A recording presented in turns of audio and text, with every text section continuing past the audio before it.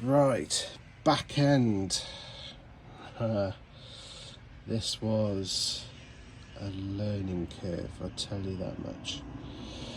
Taking the wheel off is not easy when you're doing it for the first time, and it's a hell of a lot more involved process, and you need a lot of tools as well. And I'll talk you through steps. I'm not going to show you, but I would say you need to set yourself a narrow side to get the wheel off, and then same again, put it back. I've spoken to the shop, and what they do is they take the crank out here, do some other bits, and then loosen it that way. And they said that even that is still a 20-minute thing for them. I'm not confident with playing around that end, so I'm just going to talk you through the steps of taking the wheel off. Okay, so you're going to need bungee cord, believe it or not. You're going to need a Phillips screwdriver. You're going to need spanners for that. You're also going to need some pliers. You're also going to need a chain splitter. This has got a quick link, so you just need the quick link splitter. I'm going to talk you through the steps. Right, first things first, remove that either side. This will hinge up off that bolt. Just kind of bungee cord it to the seat. Take that out of the way. Okay. You then have to go through, and you might need to go through to the Devolo site and manual, is unclip these. I think you've got to rotate it so it's that way around. Flick the little cover thing here, unpick that, and then rotate your gears the other way, and the other one comes out. Do note that your cable line and cable sleeve fits in this little socket, top and bottom. Important that, just bear in mind of that. So you've taken that out. You're also going to need Phillips screwdriver to take a little screw out here to take this bit of plastic off, so you can get access to the chain.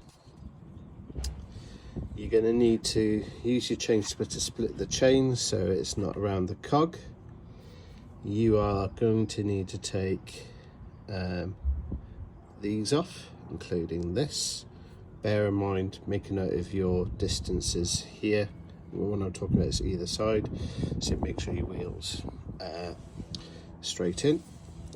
So you take those off, take that off, undo those. That will come out as well. There's a little nodule here to make sure it fixes into place. Again, same the other side.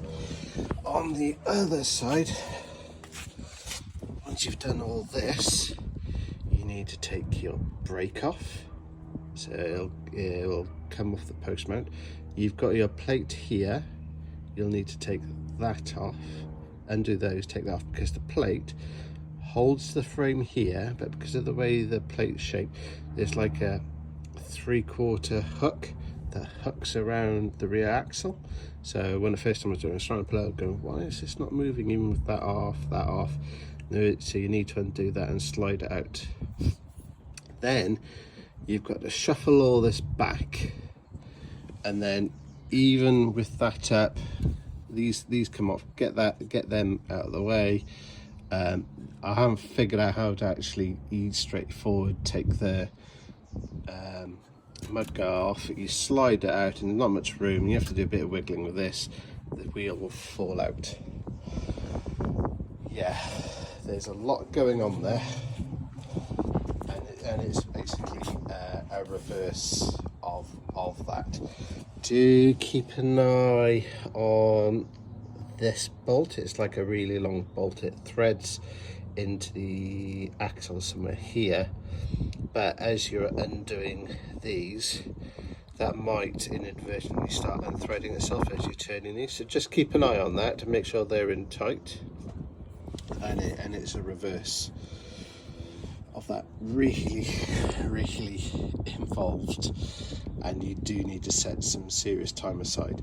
A couple of things I noticed while tinkering around doing that: make sure your wheel sensor cable is clearly tucked away.